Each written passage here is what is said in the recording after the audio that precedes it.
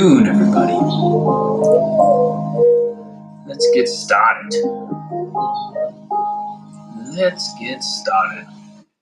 Welcome to the Rumble people, to the YouTubers. We've got a fun little show planned for tonight. I plan on doing a very long live stream today. No particular case. I just know that I haven't been on in a minute. I was at a wedding this weekend. It was a Sunday wedding, which is a little different, but beautiful stuff. Great friend from undergrad, and oh, look who it is. Look who it is, Mr. Rohith, full cam. That is right, sir. Let me know. This is my first time using this particular mic. How's the sound, buddy? You're the first one in here, so how we sounding? And how does this sound? Can you hear the Wii music? Yes or no? Can you hear that or no? He's gone silent. But either way, we got a good old show planned for today. We're going to be running through, as always, a bunch of our Everything's Great. Okay, because I have very high standards for audio and production things, so I'm hoping to... Can you hear the dogs barking? Because I just started and now these frickin' dogs are barking. Nas, we got Rohith. The gang's all here. And like it up, guys. Share it up because we want to get a bunch of people in here. Today's idea of what I want to be doing, not just today, but here on out, is since I'm streaming from Rumble, we can do a little bit more presentations and running through PowerPoints, having discussions on certain products, aside from just the health questions that we typically go through. So we got a bunch of people having fun in the chats. A little dance party.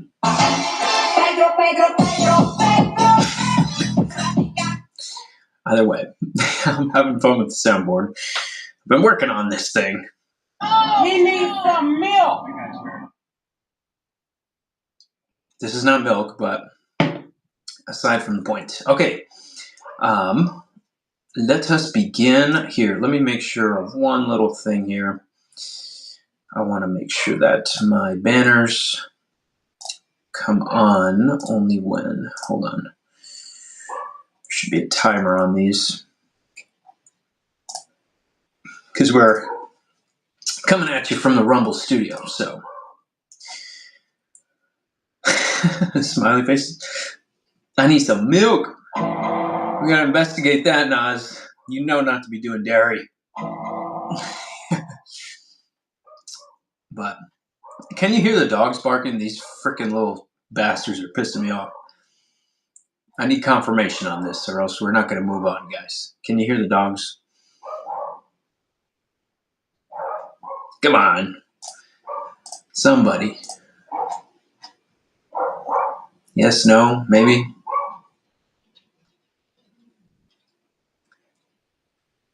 Come on. Can you hear the dogs barking? You can? Son of a bitch. Okay. I'll be right back.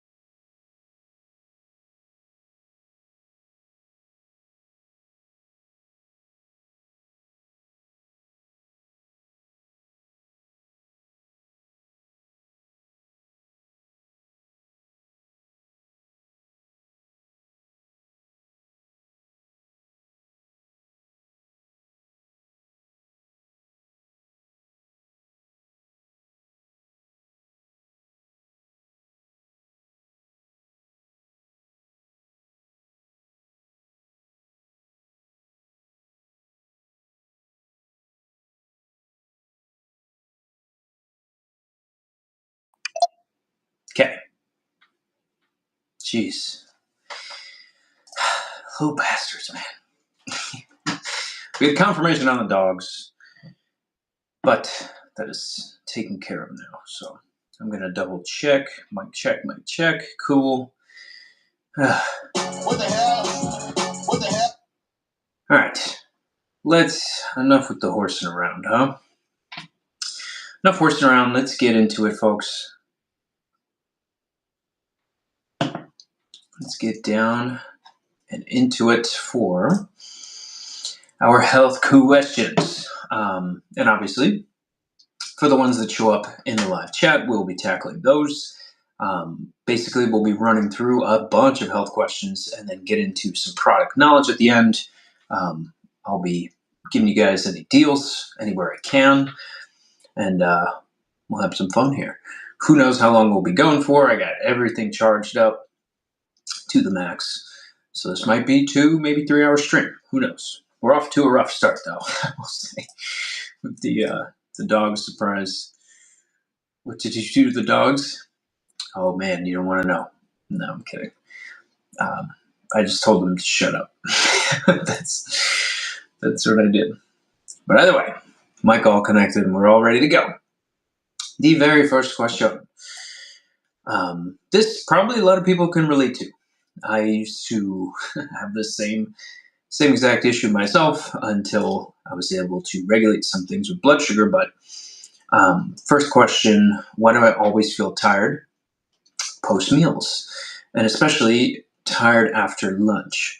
So post-meal fatigue is maybe not always, but 99.99% of the time going to come from a blood sugar issue. You're having a spike up and then crashing down.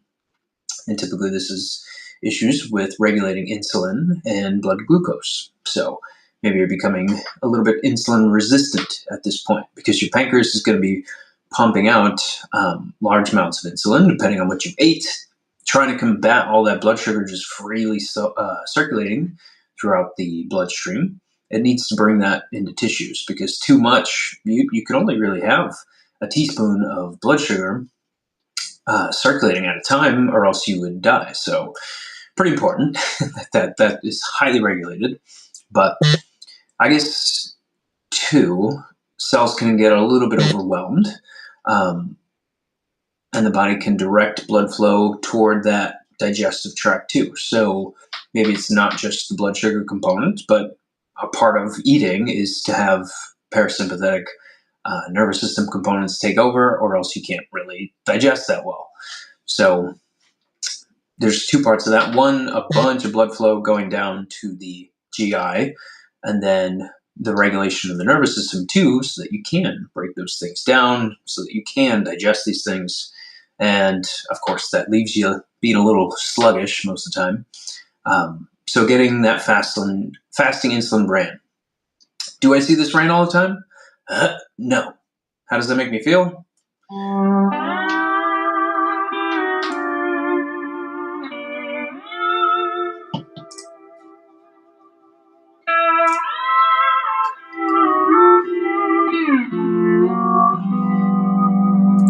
Pretty sad.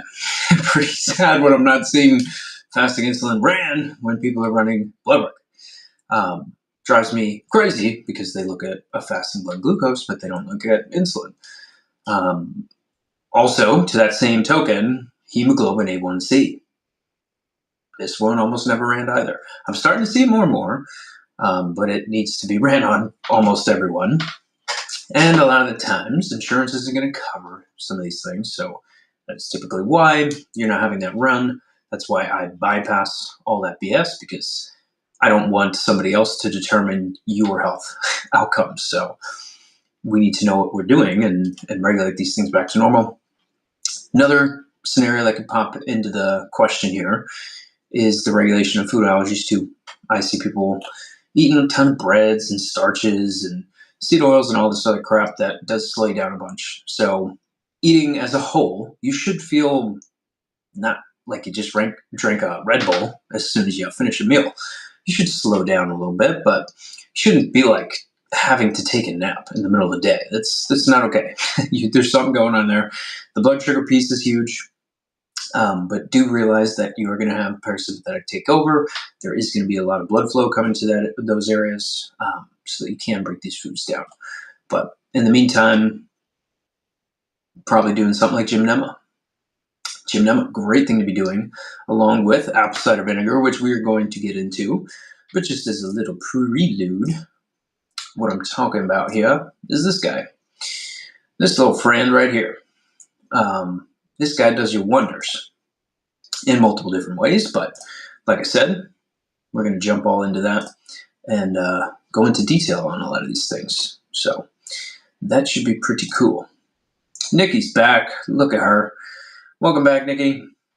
I don't know where my applause button is, but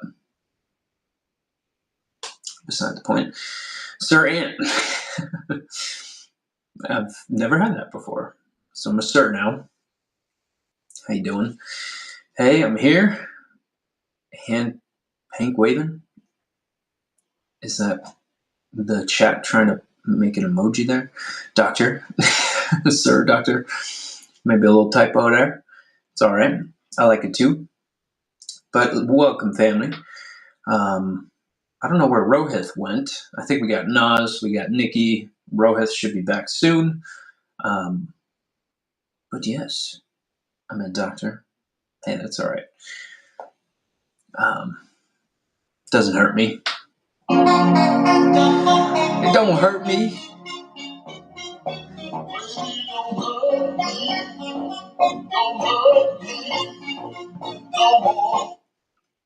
How's the sound quality, Nikki? I don't know if Nas is lying or not. Or sorry, not Nas, Rohith. How is that sound quality of the song? Let me know. But yes, the tired after eating. What else do we got here? Blah, blah, blah. Yes. Okay. Question number 2, unless we have some new ones coming up in the chat here. Let me double check. Not yet. Okay. Beautiful. She says it's good. We'll see. We'll see with the playback. I have a high standard for production. I hate not knowing how to be a full-blown producer and have all these fancy cameras, and I hate having this stupid little microphone, but we'll be upgrading. We'll be upgrading, folks. Believe it. Believe it when you see it. Okay. Like it up, share it up. You know what to do. Hit all the things, right? Do it up because we want to get a bunch of people in here and give away some free stuff. Give away free calls, which is part of what I'm doing because we are closing in on the office lease here, people. I'm getting the final version of the lease. It was supposed to be today, but it's going to be tomorrow. The landlord was a little busy. But once I sign that thing, we are in business, my friends. So giving away free stuff until then in terms of free appointments and calls and advice and sending emails back and forth, which a bunch of you guys have done, which I love. And typically I'm streaming on TikTok, which TikTok is a freaking sewer in terms of the live comments coming in. And YouTube, Rumble, they just get what we're trying to do here. So I think I'm going to favor this right here forever, unless proven otherwise, and hit the ground pretty damn hard here. But we got a bunch of questions to roll through, and like I said, we got some product knowledge to explore here as well. Going to be giving you guys some deals whenever possible, but our second question, I think we had this one last time too, or a similar version of it. This is what we got. So, what do I wake up between 2 and 3 a.m. every night?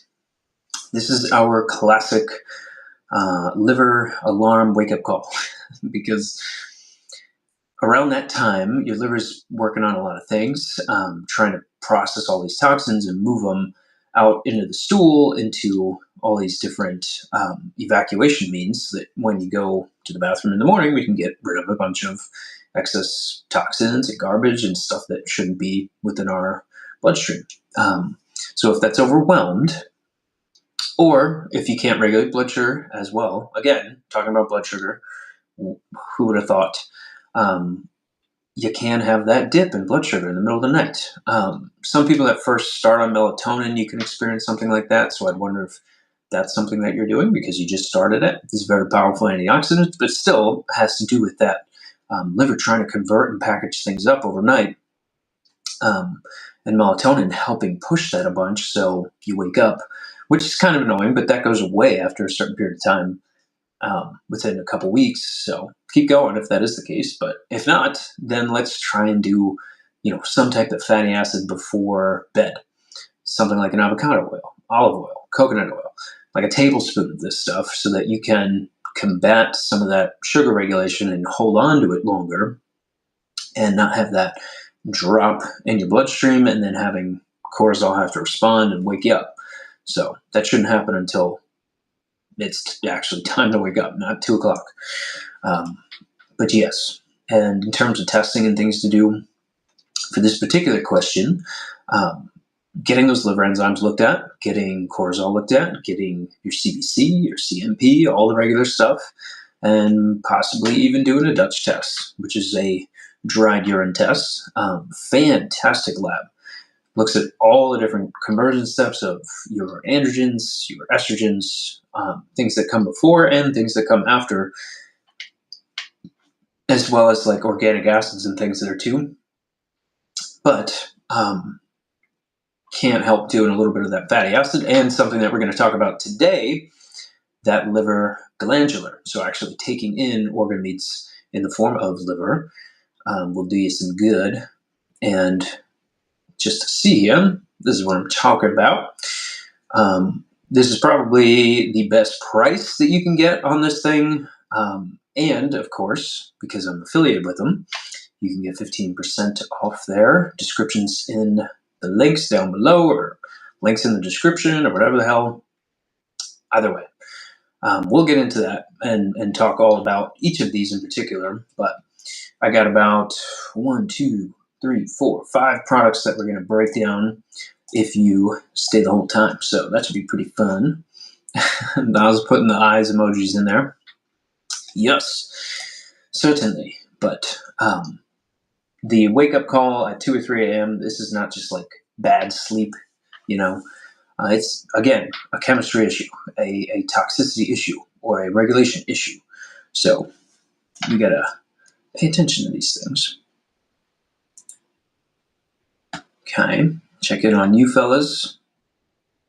Holding up there. Number 3. Okay. This one I used to get too. I was a culprit for this. And if I stress out too much or don't sleep enough, I will run into this issue as much as you guys too. So why do I get dizzy when I stand up? And especially when I stand up too fast. And this is pretty much your classic orthostatic dizziness. So highly linked to 2 major things. Electrolytes, whether it's salt, potassium, maybe some chloride function in there too, but really sodium and potassium are going to be sort of running the show there. And then yes, there's magnesium and all these other micronutrients too, but those 2 are responsible for cellular fluid exchange and blood pressure and blood volume. So that's obviously where I'm going to start all the time, because if we can just do one thing and boom, fix it, done. And even if that isn't the main core issue, you will see improvement by taking in more, just even salt alone. The RDA for salt every day, and we're talking Celtic sea salt, we're talking pink Himalayan, nothing other than basically those 2, but it's like 5 grams a day, which is 5,000 milligrams per day. That's a lot. That's way more than people are typically thinking that you should be doing. We're told that salt is like the worst thing on the planet and that it's going to harm you, which that's not true. When you're taking like table salt from the diner and stuff, yeah, that's not what I want you doing at all. But the other scenario here is an issue with adrenal function. So having very low adrenal production in terms of hormones so that you can regulate blood volume and blood pressure there too. So your body can't regulate blood pressure quickly enough, whether that is the electrolyte situation here, or it is the adrenal hormonal situation. Either way, we can't regulate that quickly enough. So your brain is starting to lack some oxygen here, which is why you get dizzy, because your body's preparing to put you to sleep. Because if that brain cannot get enough oxygen, you're going to sleep. It doesn't matter what you do. If you're driving, it doesn't matter.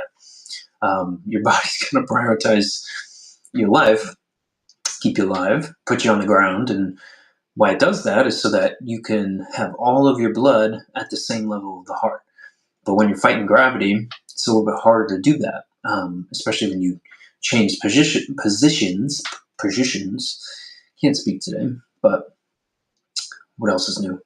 But yes, doing labs like that Dutch test before, you could see how much you are producing and converting.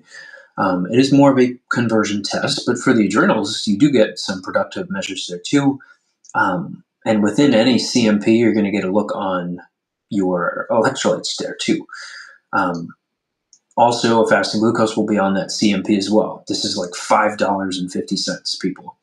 But I would want to throw a fasting insulin on there too, which is a couple extra bucks. But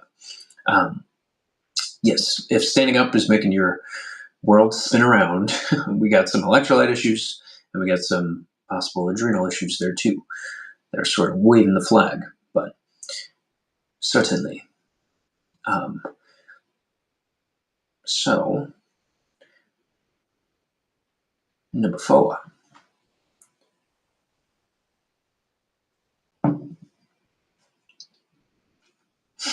Another one that very similar to what I struggled with.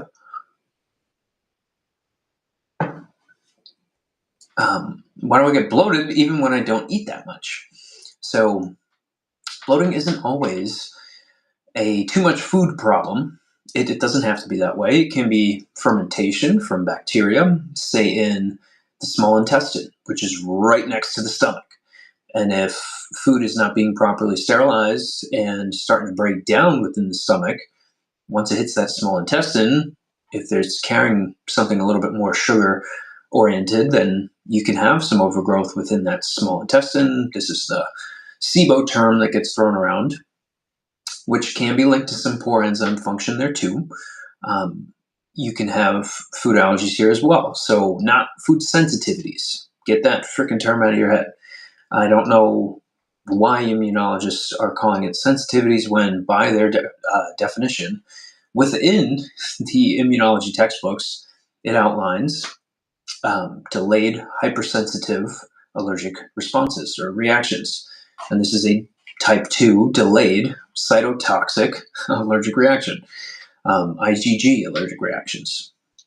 And something that is fantastic for this, not just stomach acid and the typical stuff I'm talking about too, but colostrum, because you're going to get a ton of IgM, a ton of IgA, a ton of IgG immunoglobulins that can supply your system and not have your body freaking out every time that it comes into contact with an allergic response there.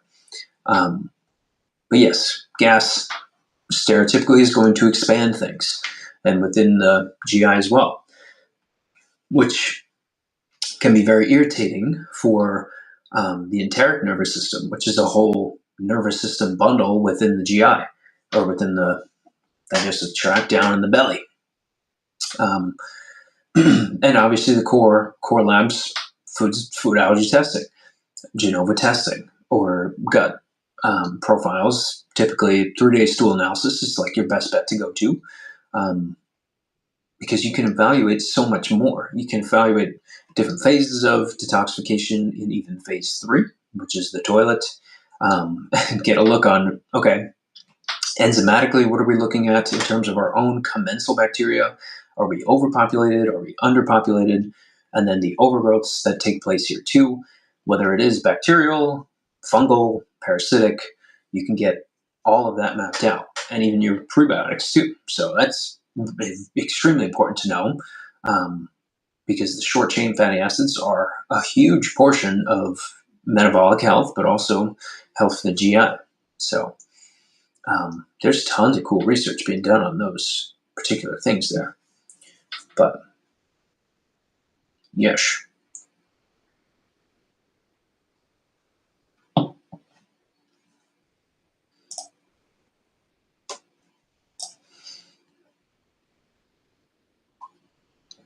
Either way, let's check in on the chat. How you guys doing? Guys still just hanging out in here? Well, good stuff. We'll keep rolling. Number 5 of your guys' questions here. Why do we get cold hands and feet all the time?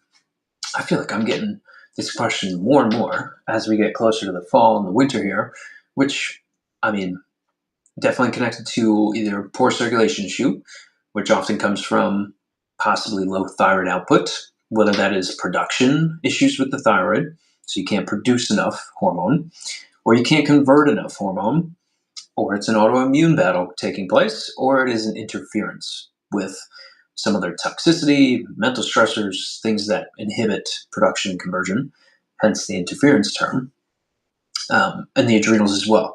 So why? Because of that blood circulation issue. Thyroid hormones are heavily dependent on that, and adrenals basically regulate a lot of that too. So blood can get sort of shunted to more of the vital organs, things within the abdominal cavity, chest cavity, leaving the extremities a little bit more chilly. And you'll typically see issues with hair, whether that be hair growing in certain unwanted places, that's possible too, or losing hair in unwanted places, like your freaking head, which women hate. Trust me, they do not like when that starts happening. This is why it's key to get thyroid and adrenal testing together. And simple piece of blood work can look at a full thyroid panel and map out the adrenals too. Depending on how much of a budget somebody's on, you can pick and choose certain markers to go after. But if you don't get a good understanding of what the scenario is with the thyroid itself and how the other organ systems are involved with that, especially in terms of conversion, because most thyroid hormone conversion is not done by the thyroid. 80% of that is taking place outside of the thyroid to convert T4 to T3, which is your inactive to your active thyroid hormones. But yeah, where to start? Maybe doing something like a thyroid glandular, because you will get T4 and T3 in there. It's roughly like 130 milligrams of T4 and micrograms of T4, not milligrams, and then roughly 30 micrograms of T3. So, but the cold hands and feet mean that your body's pretty much rationing out energy as much as it can, although it's not just bad circulation, which it definitely can be. So moving your body, getting good activity is always going to be good for you. Doesn't matter the situation, really. So Nikki with little blast emojis firing in the chat. Trying to throw some bombs on me. Joke's on you, Nikki. I'm dropping bombs today. In terms of knowledge, but yes. So let's go on to our next question, because we don't have any current live ones. So, but like it up, guys. Share it up, like it up. You know what to do. Hit the buttons. Bum bum. Now let's get this thing rolling. Okay. Enough funsies. I love my soundboard, Okay. Number, 6? Yes. Why do I crash every afternoon around 2 to 3 p.m.? Again, blood sugar. We're talking about blood sugar so much here. Reduce your freaking sugar, people. This slump, that afternoon slump, is highly connected to a blood sugar instability. You're not able to regulate this stuff. You're having blood sugar swings way up and then way down. There is probably some insulin resistance taking place there too, because that's part of what happens, and why you can't regulate that as much in the first place is because of insulin becoming resistant to sugar coming in, because you've abused that system so much. And it is a hormonal system. It's just a digestive hormonal system. So that, and then combined with constantly stressing out or constantly tending to kids, work, marriage, bills, mortgage, all this stuff, those are all stressors. And now you have a cortisol battle going on with the blood sugar instability and lack thereof in terms of regulation. So your brain is pretty much running out of fuel, and it's used to running on sugar as the main fuel source. So when you can break down fat as quickly as you need to, and you're not using ketones to make glucose to use for energy, your body's just relying on another piece of bread or another Snickers or another Sprite maybe, which you shouldn't be doing those things anyways, guys. There's so many, especially now, there are so many brands and places that you could turn to for a Snickers. It's unreal. A great brand. The Unreal brand, fantastic. They're using different extracts for sweeteners and just things that aren't going to harm your body in the long term. And then when it comes to soda, like just switch to Zevia, switch to Olipop. You don't need to be doing diet sodas, please. But again, getting cortisol rhythms tested, getting insulin looked at, getting hemoglobin A1C looked at, making sure you're doing enough proteins because that's going to help you in this blood sugar battle, along with producing enough energy there too. And if you can build a little bit more muscle, you can use some of these things to make glucose and break that down too, and help with the insulin sensitivity a little bit there, because of that muscle kind of acting as backup for the blood sugar that may be a little bit too high right now. And then the stress piece, so like definitely increasing the proteins, getting good resistance training in there, maybe doing a little bit of gymnema, and probably something like ashwagandha. That way you're just getting a good adrenal adaptogen in the system. You'll have some backup there for thyroid function there too, and different benefits to the immune system there too. Maybe we'll do a little training on that at some point, but the afternoon fatigue is extremely common, and it's not just laziness. It's chemistry, again, which I feel like most of the things that we're talking about on here. Nikki, I need to build some muscle. Well, hey, Nikki, stay tuned, because we're going to be talking about some protein. Look at this. We got media. We got imagery. Look at that. How about that?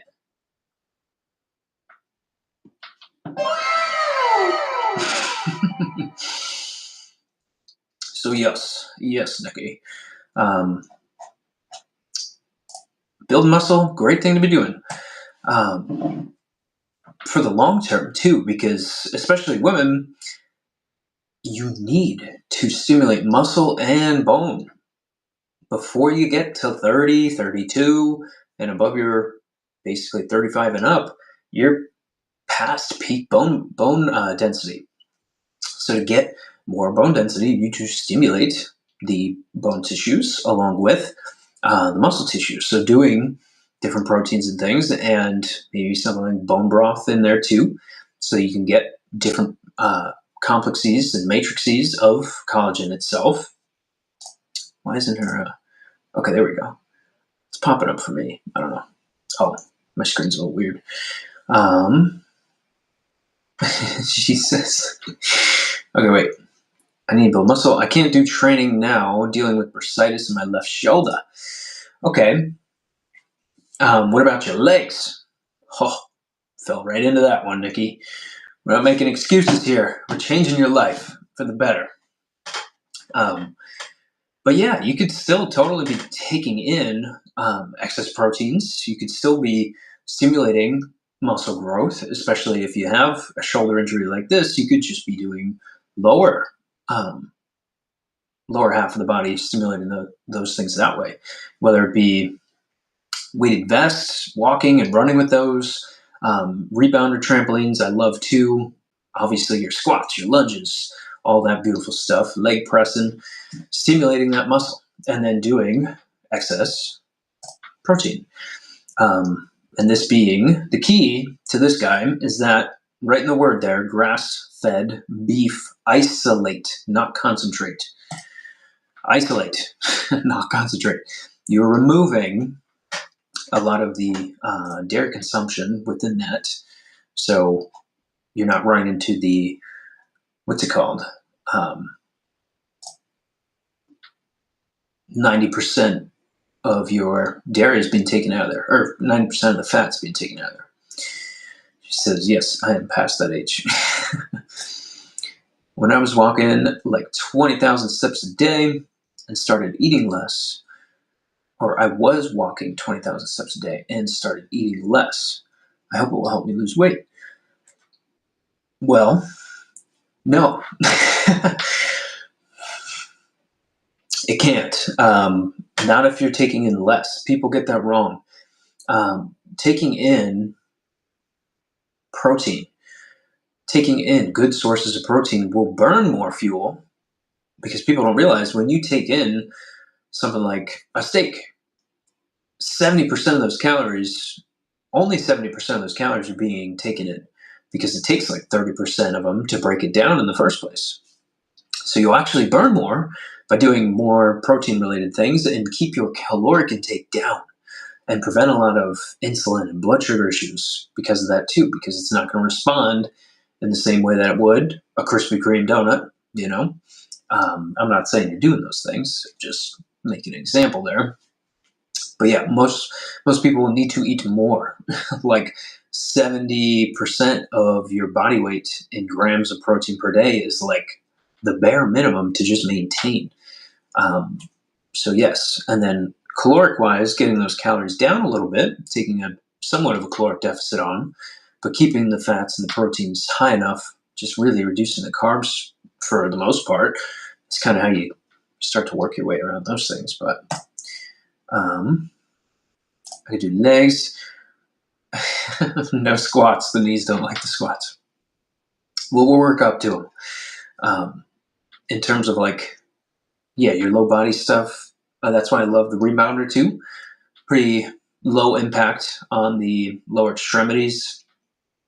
It's basically a mini trampoline. Can I share my screen here or no? I don't even know how I would do that. Yes, I can share my screen. Oh, wow. That's pretty cool. I love this. From the Rumble Studio, people. We could share screens. We could play music. We could do all this cool graphics and stuff. Look at that. Oh, my goodness. That's so professional. Hey, I was making it pretty easy nowadays. But yeah, maybe even something like an elliptical too. That you can get more of an aerobic activity there, and probably open kinetic chain exercises for right now. Things like your extensions, like curls, just so that you're not beating on the joints as much. So yes, we're getting you there, Nikki. No, this is nice. Heck yeah. Oh, shit. I clicked on the wrong button here. But yes, people.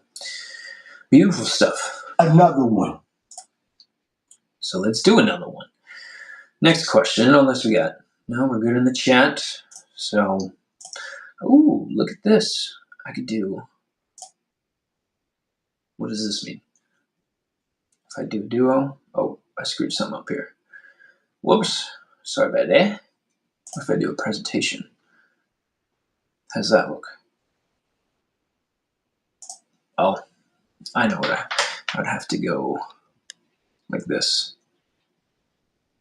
Whatever. Let's just stop shaking the screen.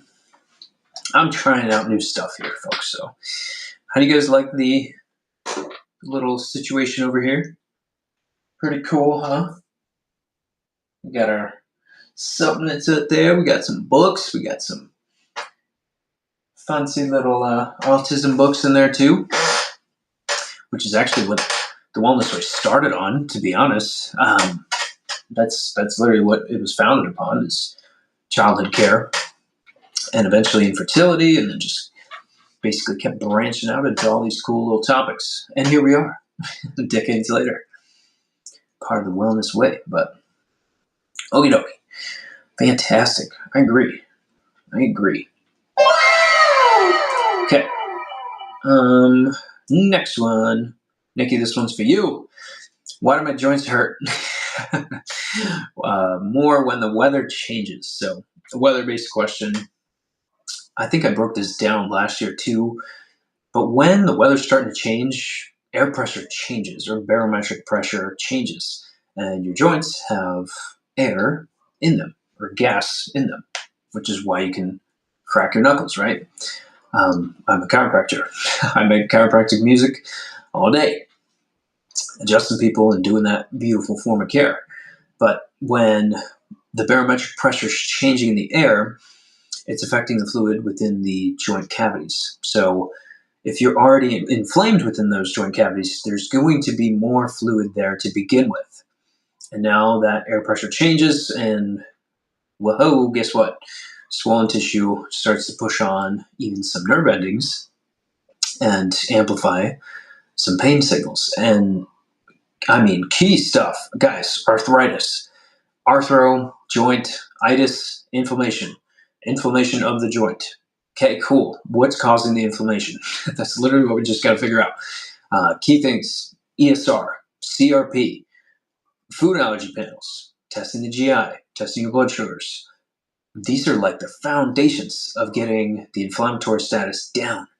And there's beautiful stuff too that you could do, like Albizia and turmeric, boswellia we've talked about on here too, just to support, one, those inflammatory patterns, but two, kind of calm certain immune pathways down there. But the weather pain means that that inflammation in the body is already brewing and taking place. So we have to kind of almost not focus on the joints themselves, maybe in a manual therapy type of way, but it is more of a chemical process going on there. So the Nikki's laughing. I'm not calling you out. I'm just saying, it was a perfect fit. Perfect fit.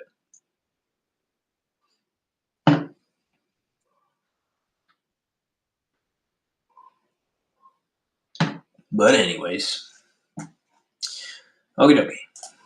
Let's keep it rolling, huh? Number 8. Whoa, jumping around here. Why do I get headaches when I skip a meal? So skipping meals can throw you off a little bit in terms of hypoglycemia. So you may be going a little bit too long in terms of people that are trying to do fasting or an intermittent fasting routine. Sometimes you take that a little bit too far, especially say you worked out, you start doing some work from home or something, and you just kind of forgot about it.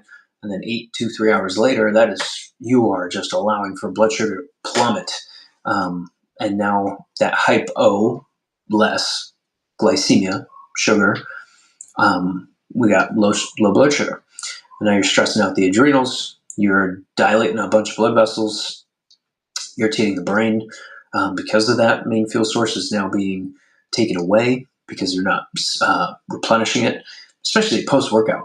I don't see the point in doing a fast after a workout. That's kind of silly. But yeah, checking your sugars, checking your insulin, checking your A1C, getting adrenals mapped out, doing some form of adrenal testing, maybe doing like a blood sugar glandular or a liver glandular in the meantime, while you're reducing those sugars down, making sure that you're consuming enough, please. But yeah, the headaches, they're not normal. No symptom is normal, guys. There's not a normal symptom. Get that out of your freaking programming here. So, yes, certainly. Certainly, Miss Nikki.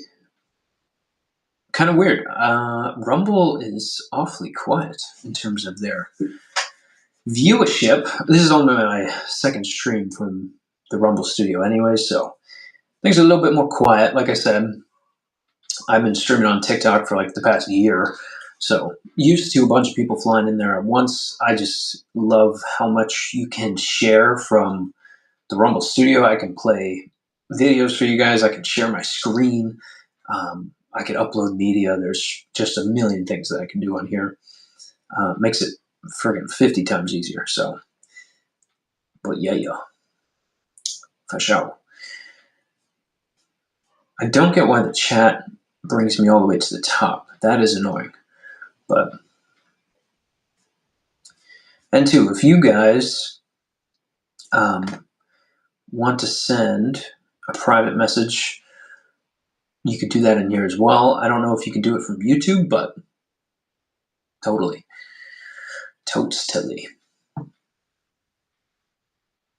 Okay, cool. We'll keep it rolling. Okay. Why do I get random muscle twitches? So muscle twitches are going to be happening when nerve impulses kind of misfire. There may be, again, some link to the electrolyte imbalance there. There can be especially issues with magnesium, and if that is the case, doing a little bit of magnesium glycinate. You can see some benefit there because it will target more of the muscle tissues, and that can be a possible deficiency there. Or you can be having some stress occur to the central nervous system, which is a matter of reducing those stressors where you can, but maybe doing something like Bacopa or Mucuna seed, because there can be some issues with dopamine here too. That's what a lot of muscle receptors use to fire these things, is neurotransmitters. But you also need the electrolytes to transfer that signal in the first place, to deliver that nerve impulse. Magnesium being one of those minerals, but really sodium and potassium. We're a little batteries in that sense. But yeah, you can get magnesium checked in the blood. It's a little harder to test for it, like in terms of validity sense, because it depends on what you eat and things there. But hey, there can be some ties to like issues with red blood cells. Vitamin D, there's some connections there too.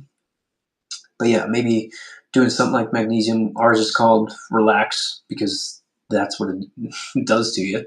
You feel relaxed when you get enough magnesium in. But the twitching muscle thing is kind of like your nervous system whispering at you, and making sure you're getting enough sleep here too. Because if you're not recharging that battery, well, you're certainly batteries, then you're going to be on low power mode. So we all know how lovely low power mode is. Slowing your speed down and everything. Gotta plug this sucker in. But, yes. Okay. Cool beans. Cool beans, people. Normally you guys are asking a lot more questions here. Not too many live questions coming in today. I'm going to do one more question here from the ones that get sent to me through email and DMs from other apps too, before we get into some products and start talking about apple cider vinegar and aloe vera juice, some colostrum, talking through some proteins and things like that too today. So stay tuned. I want to kind of mix things up a little bit. And it's getting a little hot in here though. With all the studio lights, they get pretty warm. But either way, we're going to roll it up. Okie dokie. Here we go. Now I'm ready, folks. All right.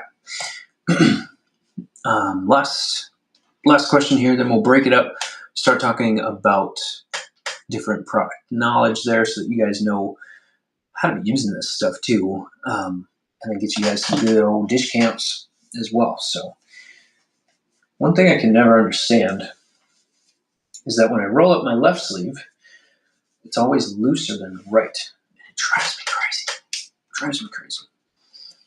Either way, here we go. Why do I sweat so much at night, even when the room is cold? Night sweats are typically going to be connected with some type of antigen that the immune system is battling, or an issue with some hormonal system and being imbalanced there. We've been talking about cortisol a bunch. Doesn't have to be cortisol. It can be one of the estrogens too, because there's 9 different ones of those. So that's where your liver's trying to process all these things throughout the night.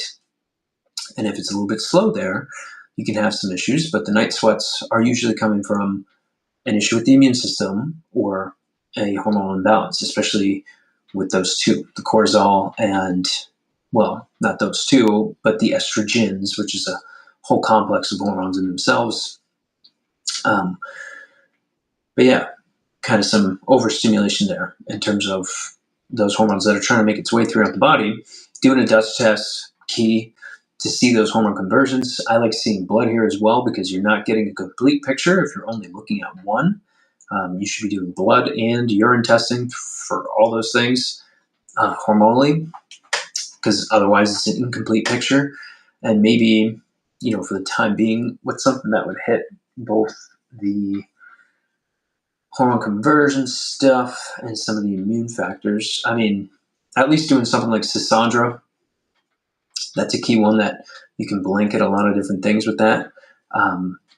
Just doing that one particular herb alone, but maybe something like colostrum too, because you're going to have phagocytic effects there. You're going to have effects on natural killer cells too. So pretty cool, which is what we're about to get into. But yes, night sweats, certainly a chemistry issue. And now, to break things up a little bit, we are going to get into some product knowledge. So, first thing that we're talking about, the man of the hour. This guy right here. This little fella. Right here, we got somebody called apple cider vinegar, which there's never a miracle supplement here. There's never a miracle. There's never a cure-all.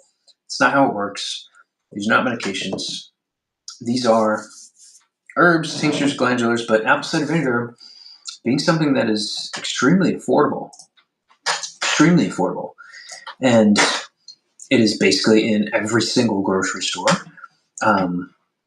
Not only that, it is a liquid, so it acts very quickly.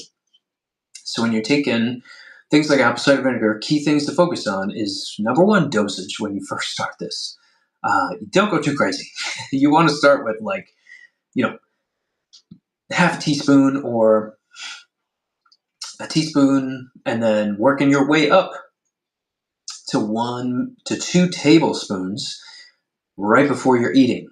And when I say right before, I'm talking 2 to 5 minutes max.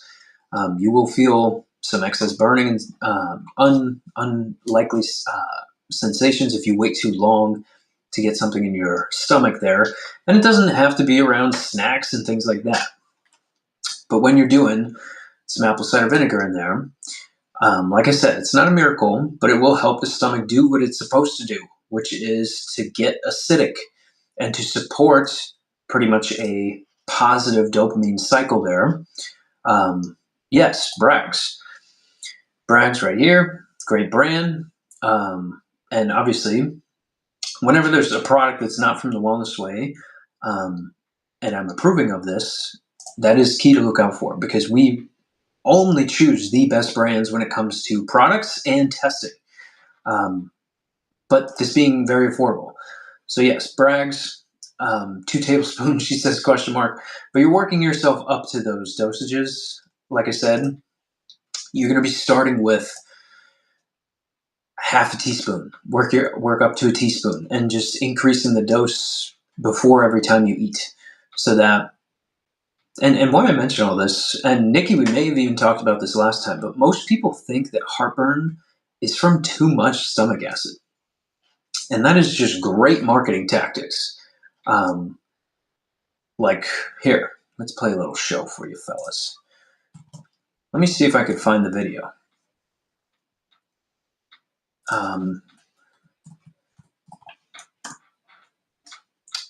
So Zantac commercial. Can you guys still see me? Yes. Okay. So I'm going to see if I can share my screen here. Choose what to share. Let's do this one. All right. Shit. You can't see that. Damn it. You guys can't see the screen, right? Scroll. Can you guys see? Why can't you see that? Let me make this guy force mute now. Promote to moderator. Can you see the computer screen or can you see me? Sorry, still trying to figure out how to work this shite. I think you're just still looking at me here. I would have to do it from my damn phone. All right, whatever. Either way, it was basically a commercial of Zantac, which is a proton pump inhibitor for people that have acid reflux. And why that doesn't make any sense. Okay, yeah, no. I'm using my phone and computer at the same time, so I was pulling it up on my computer, which obviously the stream doesn't like, but we'll get an external camera at some point. But basically, it's like an imagery of a fire department going down to spray the stomach with a bunch of cool, soothing stuff. But let me be very clear. Acid reflux, which a lot of people struggle with, is from too little stomach acid. Most people think that heartburn is from too much stomach acid. It is not. It's from too little. The lower your stomach acid, the higher the pressure is going to build up in the stomach. This is why some people will get even excess saliva. So that's possible too. Or you feel like pressure underneath the left side of your rib cage. And even some people that have heart palpitations, when they feel anxiety coming about, that is also connected to a low stomach acid situation, because mental stress and psyching yourself out mentally will suppress stomach acid. And now that stomach's going to push up on the diaphragm, and then your body's not going to like it. And it's going to want to shut down. Okay?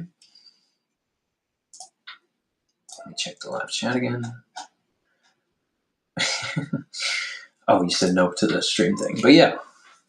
But that high pressure builds in the stomach, and now the acid reflux comes up because of that pressure building up. And ACV will bring some of that acidity back. And it's not like my favorite thing to be using. I like something like betaine HCl because it's going to be way more powerful. And you can dose it a little bit better, but apple cider vinegar, extremely affordable. But as a byproduct of that, you are also sterilizing all the food that comes in. So whether you're having raw sushi or having even some sugary things that you can combat a little bit, you're also going to break down your proteins a little bit better too, because the stomach is really only for sterilizing food and breaking down proteins. That's literally all it does. But you can also signal to the pancreas and also signal to the gallbladder to secrete their digestive secretions in the right amounts at the right time, and kind of prepare this assembly line of digestion so that once you do eat, like I said, you're doing this right before your meals, you can get good pancreatic enzymes coming out into the situation with the food coming in, and bile being secreted properly there too from the gallbladder.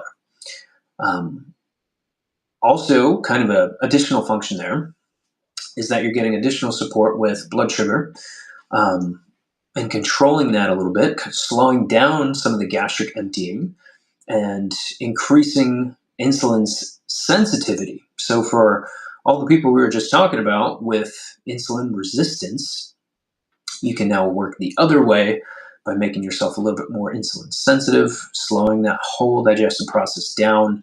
But yeah, that's most people will feel pretty steady and regular in terms of bowels and digestion and reduction in bloating and things as you start to work on just that stomach acidity alone.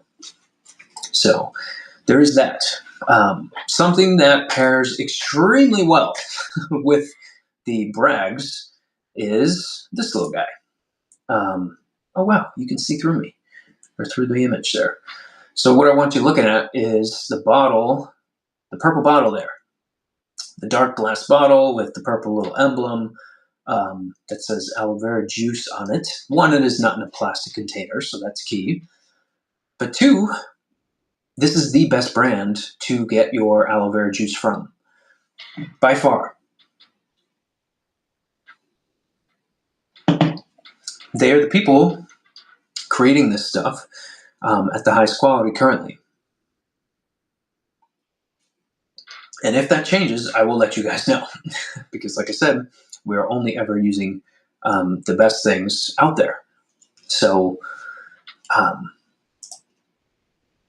but yes, in terms of like the actual functions here, think of aloe vera juice as you would put aloe vera gel on a sunburn.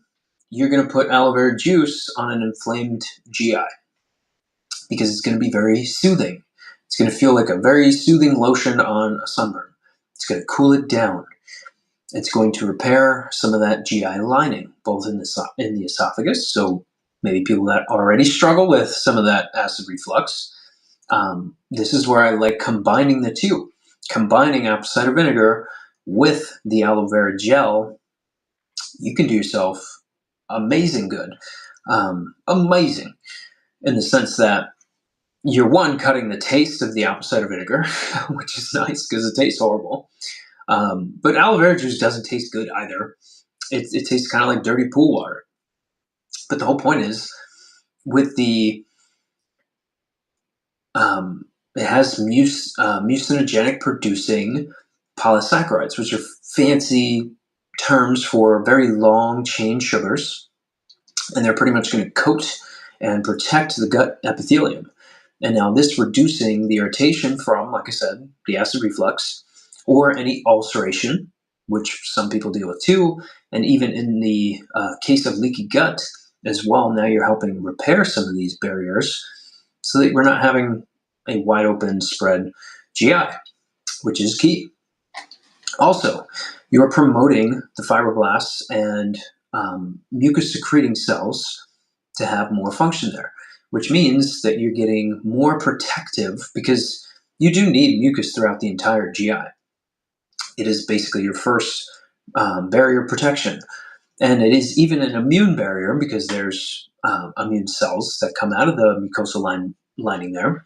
So increasing that mucus secreting cells, now you're having more protection. Now you're helping out with the leaky gut scenario there. You're cooling the system down. You're replenishing the epithelium, which is the first layer of that GI, and now helping that gut repair normalize. And I'm never going to say that you're going to speed up healing, but you're going to regulate it back to normal. So, obviously, being anti-inflammatory too, helping calm down overactive immune responses within the GI and the other gut tissues throughout the whole tract too. And it's 99% water, so you're going to be pulling in a bunch of water. And if you have constipation or you have diarrhea, aloe vera juice is an adaptogen. So an adaptogen means that you can bring, if the body's going and you're pooping like a goose, you're pooping all the time, having diarrhea, it can slow that down a little bit. If you're having constipation, you're not going at all, it can speed that up. When people are first starting this, in terms of dosing, obviously I want to see your labs. I want to know about your in particular scenario there, which my email is in the description of this live. Anybody can ask me questions or send me labs. I'm not going to charge you or anything for that. But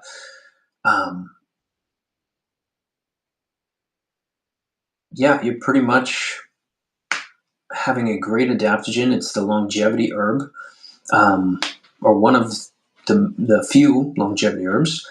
But yeah, the dosing is what I was getting into. 2 fluid ounces is pretty much what it's going to say on the bottle there for serving.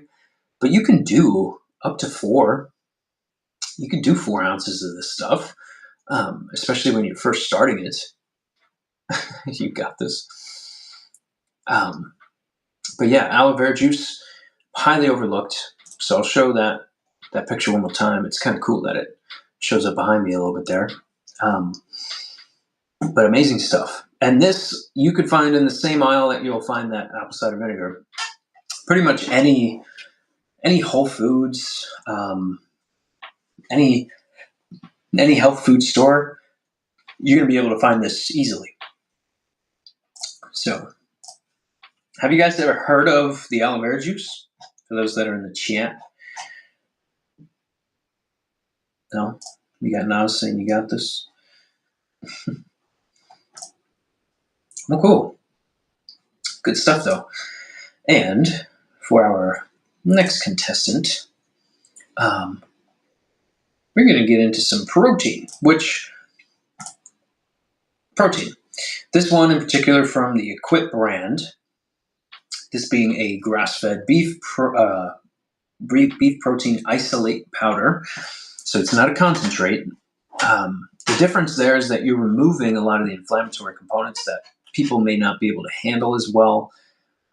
Like a lot of the whey in itself is being removed here. Like 90% we're talking is being removed. And protein isn't just for your muscles. This is for raw material of hormonal systems to build up. This gives you different enzymatic components. You're getting neurotransmitters produced from this because of the effects that it has on the GI. You're getting tissue repair. And it's providing that full amino acid profile.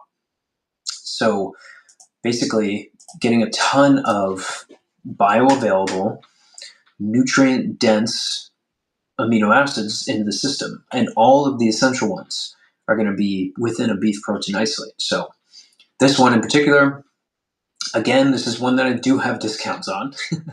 Also in the description of the live here. And you can basically get 15% off by using the code or the link down below there.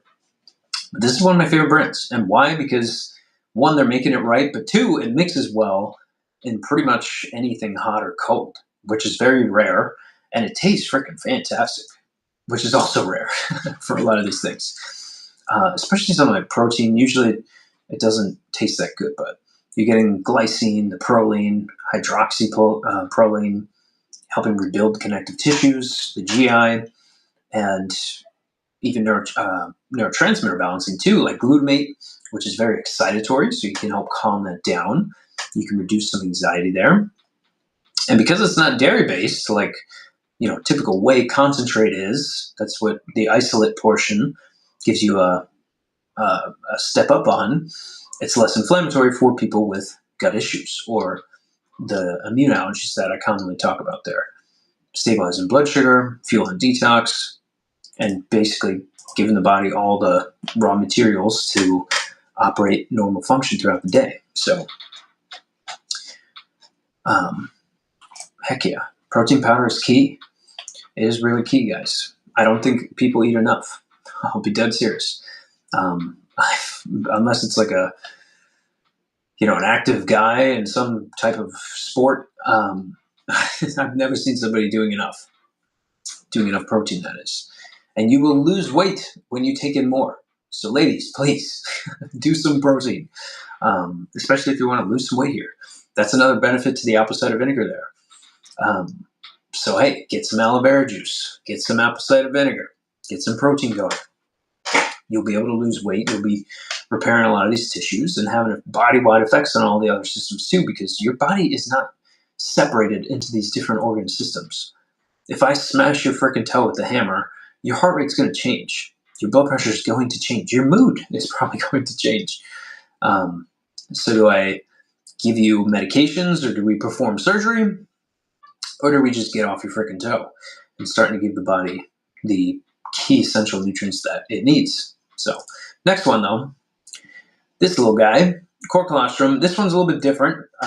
We got to be kind of particular with how we're using this guy, because you can go a little bit too quick here with this one. You can hit things a little bit too hard if you're starting out, but core colostrum's from the same brand, so same discount, 15% there. And colostrum is pretty much the first of the mother's milk there. So it's kind of known as the first food, but super cool stuff here, because you are telling the immune system basically how to mature and respond to different antigens and build up the army to fight off different antigens that come in and have ample supply of immunoglobulins. So people that have some autoimmune reactions, people that are immune deficient, this is a great way to balance things out, because you're going to have a full complex of different immunoglobulins, IgG, IgA, also lactoferrin, other growth factors too, insulin-like growth factor, which all working together there, and some different functions in particular. Those key things that I just mentioned there, and IgM. I don't think I mentioned IgM, but they seal up the GI. So somebody with leaky gut, hello, we just hit pretty much all the key stuff to be doing off the bat. And obviously there's lifestyle and food changes that I want to be making there too, but the apple cider vinegar, the aloe vera juice, getting your protein up, reducing your sugars, and all three of those things are going to help mitigate those, and doing a little bit of the core colostrum. Dosing on this guy though, you want to start very small. So like typically I'm going to have people work up to doing 2 servings a day, but you want to start by doing like a quarter of a serving once or twice a day, and then every day go up by a quarter of a teaspoon until you reach the serving size on the bottle there, which I think is a teaspoon or a tablespoon. But super cool, because when you can strengthen the tight junctions within the GI, it's only 1 cell layer thick. So if that barrier is constantly being disrupted, you're not going to be able to really mitigate any of the reactions that you're going to have from these things. And you're going to be in this critical, chronic, leaky gut situation. And now you're rebalancing an overactive or underactive immune response. It's giving your body kind of like a software update, if you want to think of it that way, that it's missing. So, but yes, this little guy right here. In terms of other products that are out there, a lot of people may already have things like colostrum on hand, but comparable to other brands, this is probably the best one I've found, and is probably one of the most affordable ones. Also helping regulate the microbiome too. So not just having the effects on the leaky gut junctions or the lack of immunoglobulins, IgA, IgG, IgM, but also promoting the good, healthy bacteria that fights off a lot of these pathogens and things. So super cool. Colostrum, she says, what is that? I just explained it. But yes, beautiful stuff. Especially for people that are first starting out and still dealing with a lot of GI issues, and they can't get, maybe you're on a budget too, so you're trying to find something that's affordable that you can do over a few months and see some good benefit there. But I left it in the description there, same brand from the Equip Foods website there, and I get to give you guys a little 15% off too. So yes, beautiful stuff. Ready for one more? This next one, very similar to the colostrum, and that is a freaking powerhouse. Let's get this guy up here too. So liver capsules, and more in particular, the ones from the Equip brand here. And why I brought these guys up, yes, still same discount, blah, blah, blah, similar stuff, but the affordability of it, it is not that pricey. And I've seen a lot of brands that are charging for this same exact thing, they're charging like $60 for this stuff, when this should really be around $30, $25 to $30.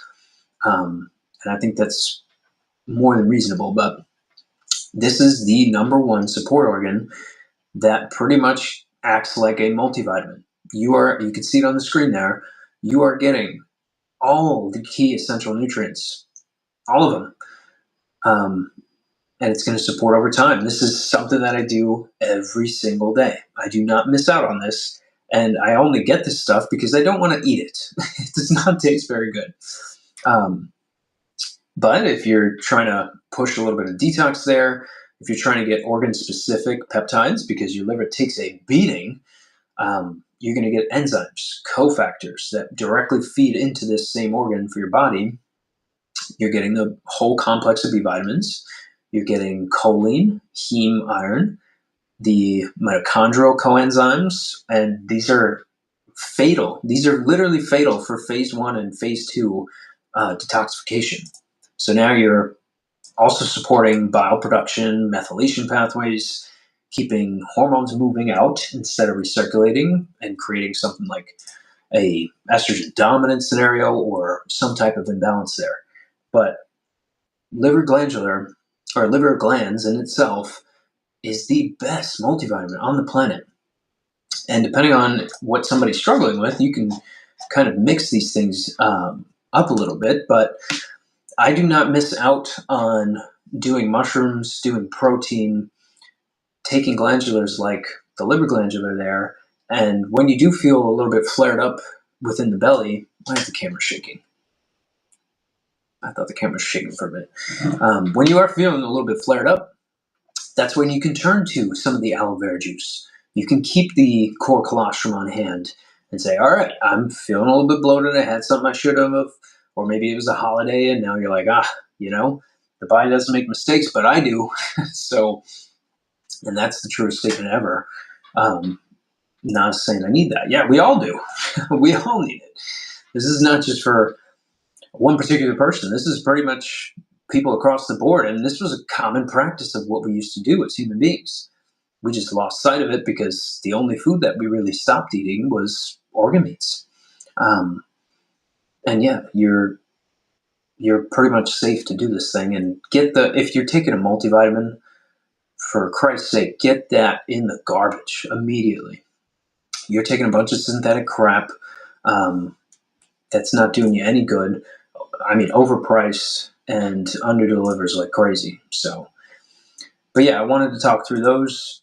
But yes, always make sure you're getting good branded things like the Bragg's, the aloe vera juice. Oh, shit. The aloe vera juice. Make sure you're getting the Lily of the Desert, this little purple bottle right there. There's the best brand that's out there currently. In terms of proteins, obviously, I showed you guys the Prime protein. By far the best tasting, the best mixing, and the best pretty good pricing there. Obviously, with the discount, makes it a little bit easier. This guy, probably not as needed on a regular basis. I usually have people go through one of these and then have a second one on hand for when they are getting flared up and things. And obviously, I want to have labs to justify all these things too, but sometimes people are on a budget. And then, obviously, the grass-fed liver stuff with the vitamin A. So people dealing with acne, I mean, vitamin A is the best. I mean, Accutane is synthetic vitamin A. So instead of doing damage to your body, taking something like that, and I can't tell you not to take it. It's not my position to say so, but I will tell you to take a non-synthetic form. So people that have trouble seeing at night, people that have crazy amounts of acne, or just want better skin health and things like that, liver, organ meats, this stuff right here. But yes, I hope the live chat isn't impeding on. I think somebody took some screenshots, which is totally cool with me. Says, yes, I know. Beautiful stuff, Nas. Took a screenshot. Heck yeah. I also put the full link in the description here, so you should just be able to click that and go right to the Equip Foods website. Like I said, in terms of good pricing, good brand, potency, concentration, purity, those PCP, potency, concentration, purity, those need to be up to par. Because otherwise you're wasting some money there. We can't have that. Nobody likes to waste some money. I've never met anyone that wants to waste money. But what'd you guys think of that? Did you like the products being reviewed there? I will probably do this a little bit more often too, and basically bring a ton of slides in and do some PowerPoints and things. You could probably hear the dogs again. Freaking guys. So annoying. But good stuff though. How long are we going? Almost an hour 30. Holy crap. Well, good stuff. Good stuff. Oh, clicking wrong buttons here. I wanted some elevator music.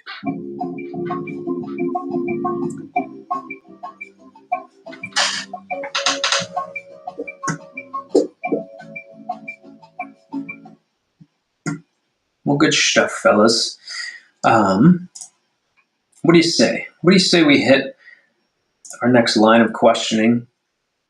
Rumble not really showing up in terms of populations here. I think I maybe had one viewer from Rumble. Other than that, it's been YouTube the whole time, dominating, which is kind of annoying because I want to see some people from Rumble. But yes, glad you guys liked seeing some of that. Beautiful stuff. Well, hey, let's power through some more questions and buy you guys some time to ask some more, and buy us some time for more people to come on in here. But another fatigue question. So I dropped a whole video on fatigue, which Nas would be proud of me of. And another friend on YouTube called The Goodwill, he actually mentioned, hey, I want to see some longer form stuff. Would you mind making some, longer formed content? So I dropped a 20-minute video on fatigue and pretty much every different scenario that you can run into in a practical sense. There are probably a couple different more scenarios that I left out of there, but those being the key ones to look into. And if you guys need testing on some of these things, let me know. I can easily get you tested for. But yes, this one, why do I wake up more tired than I went to bed? So poor sleep quality is typically going to come from cortisol staying too high. So staying too high at night, again, we mention every time that fatty acid that you could do before bed. A tablespoon of some type of fatty acid.